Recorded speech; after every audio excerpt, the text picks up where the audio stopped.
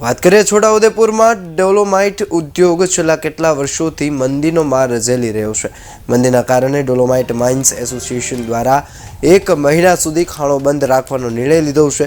ખાણમાંથી નીકળતા પથ્થર છોટાઉદેપુરની આસપાસ આવેલી 100 જેટલી ફેક્ટરીઓ પર જાય છે અને ફેક્ટરીઓમાં આ પથ્થરનો પાવડર બનાવીને સિરામિક, પેઇન્ટ્સ, રંગોળી સહિત અનેક ઉત્પાદનો દેશના ખૂણે ખૂણે સુધી આ પાવડર મોકલાય છે। પરંતુ ખાણો બંધ થતાં સમગ્ર ઉદ્યોગ ઉપર માઠી અસર પડશે।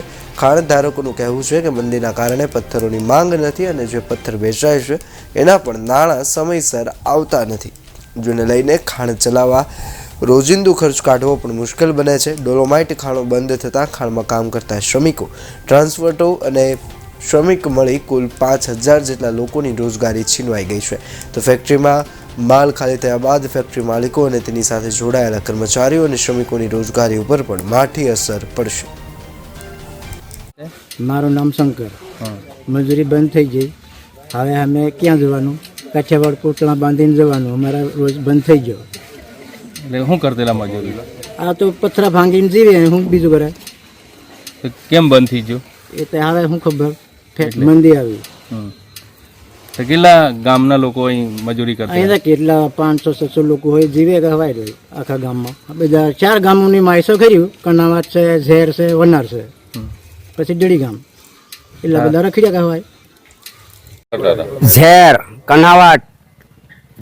કન્હાવાટ, વન્નાર, ડડી ગામ, 4 ગાमों अंदर में बधु माणे काम धंधो करतना, पण की हमणे बंद थी गयो એટલે બધાને રોજી બગડી। હવે એટલે હવે આ કે બંધ કરી દીધું એટલે બધી તકલીફ પડી ગઈ અમારે। કઈ શું કામ કરતા હતા બધા મજૂરો? આ મજૂરા બધી માયસનું કામ કઈ પથ્થર ભાંગવા। હવે શું થશે? તમારો માઇન્સ બંધ થઈ ગયો? માયસ બંધ થઈ ગઈ એટલે અમારે બધું ઘર બઠેક રોટી હોઈ રહી, કઈ નહીં। પાછું ચાલુ થાય તો કઈ કામોને બી ચૂલો હલગે નહીં તો બધી રોજી બગડી રહી।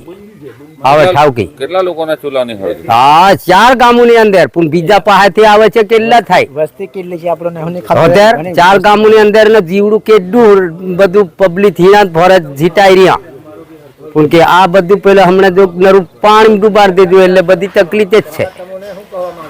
ખેતી કેવી છે? ખેતી અમારે તો ખેતી ભરે નહીં જીવાય। આ તો હાળું 15 દાડે પાકાવે એટલે જીવી રહી। ખેતી ને ભરે દીવા જાય તો તકલીફ છે હજુ। હું આ દડી ગામમાં છું વતની, અને અહીં જે માઇન્સમાં જે કામ કરે છે આમાં અમારા ગામ લગભગ દડી ગામ, વનાડ, જામલા, કનાવાટ, કાછેલ, ચઠાવાડા, કુંદાપડા, આ જેટલા ગામો છે આ પથ્થર જ ઉપર જે લોકો જીવે છે। હવે આ પથ્થર બંધ થઈ જાય તો આ લોકોને ધંધો કરવા કઈ જવું પડે? જે પથ્થર ઉપર એનું પથ્થર તોડીને જે લોકો કમાય છે તો આ લોકોને મજૂરી કરવા કઈ જવાનું? હવે જે કારખાનાના માલિક છે, જે સેટિયા છે, એમનો માલ ના ઉપડે એના લીધે જે આ પથ્થર બંધ રાખ્યું છે તો આ મંદી આટલી બધી આવે તો હવે શું કરવાનું? એટલે આને આટલા બધા લોકો આર્થિક અને ધંધામાં બધા અટવાઈ જાય છે। એટલે એના લીધે આ કંઈક સરકાર આનો નિર્ણય લે તો બધા લોકોનું જીવન ચાલે। અને આ લોકોને આર્થિક પરિસ્થિતિ અમુકને એવી છે કે પથ્થર તોડીને જીવન જીવવાનું છે તો સાંજે એમનો ચૂલો હળગે, અને જો પથ્થર તોડવા ના જાય ને આ બંધ થઈ જાય તો એમનો ચૂલો કઈ રીતે હળગે? એમનું વધારે તકલીફ પડે। એના માટે કંઈક કરે સરકાર એવી અમે માંગ રાખીએ છીએ। આજ રોજ અમને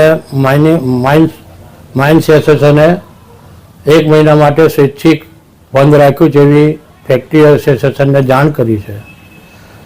પણ દુઃખ સાથે એવું કહેવું પડે છે કે જે માઇન્સ એસોસિએશનના પ્રમુખે જે લેટર બહાર પાડ્યો છે એમાં ટોટલી ફેક્ટરીવાળાનો વાંક કાઢીને એમને સ્વૈચ્છિક બંધ કર્યું છે। એનું અમને ફેક્ટરીવાળાને ખૂબ દુઃખ છે। મંદીની વાત છે, મંદી દર વર્ષે 2 મહિના ગ્લાસ કંપનીઓમાં આવતી હોય છે, જેના કારણે મંદી ઊભી થઈ છે ને 2 મહિનાથી આગળ મંદી ચાલતી નથી। ગયા વર્ષે બી માઇનિંગ એસોસિએશને હડતાલ પાડેલી ને જેનાથી 3 થી 4 હજારથી 5000 માણસો છોટાઉદેપુરથી હિજરત કરીને બહાર જતા રહેલા। આ હડતાલ પાડવાથી જાન્યુઆરીમાં હડતાલ પાડે ને બધા લેબર બહાર જતા રહે તો આગળ મંદીના બહાને એમનો પોતાનો અંગત સાધવા માટે આ હડતાલ પાડી છે, બાકી કોઈ મંદીનું કારણ નથી. ને આ મંદીના નામે સરકારને જીએસટી અને રોયલ્ટીનું નુકસાન જશે, તો સરકારે એના પર ધ્યાન આપવા વિનંતી. જો પહેલાં છોટાઉદેપુર જિલ્લામાં ડોલોમાઇટ મેન ઉદ્યોગ છે. ડોલોમાઇટ ઉદ્યોગ પર જ આખો છોટાઉદેપુર જિલ્લો ડિપેન્ડ છે. છેલ્લા ઘણા ટાઈમથી ડોલોમાઇટ ઉદ્યોગનો સામે જે પ્રોસેસિંગ યુનિટ છે એમનો માલ સપ્લાય થતો નથી. કારણ એટલું જ આવે છે કે મંદી. એટલે ડોલોમાઇટ યુનિટના જે પ્રોસેસિંગ યુનિટ છે એમનો જે માલ પડી રહ્યો છે, માલનો ડિમાન્ડ નથી, એના હિસાબે અમારા માઇન્સનો બી માલ અમારા પડી રહે છે. કારણ કે જેટલો યુનિટવાળા જો માલ ઉઠાવશે એટલો ડોલોમાઇટ માઇન્સોનો માલ અહીંથી લોકલ ઉઠશે. આ આદિવાસી વિસ્તાર છે. આદિવાસી વિસ્તારમાં લગભગ એમ સમજો ને કે 10,000 ઉપર આદિવાસી વર્કર કામ કરી રહ્યા છે, માઇન્સોમાં, ટ્રકોમાં ને યુનિટોમાં. છેલ્લા ઘણા ટાઈમથી ડોલોમાઇટ ઉદ્યોગ ડગુમગુ થઈ રહ્યો છે આર્થિક મંદીના કારણે. હવે જો અમે પ્રોડક્શન પૂરતા પ્રમાણમાં કરે તો અમારો માલ પ્રોસેસિંગ યુનિટમાં જતો નથી. કારણ કે સામે પ્રોસેસિંગ યુનિટવાળાનો પાવડર બી જતો નથી ને પ્રોસેસિંગ યુનિટવાળાને સામે ભાવ મળતા નથી. એ રીતના અમારે માઇનિંગમાં ભાવ તો અમને મળે જ છે, પણ અમારા પ્રોડક્શન પર સીધી અસર થાય છે ભાવના હિસાબે. તો જો આ ઉદ્યોગને ઓક્સિજન નહીં આપવામાં આવે તો આ ઉદ્યોગ ગમે ત્યારે ઠપ થઈ જશે.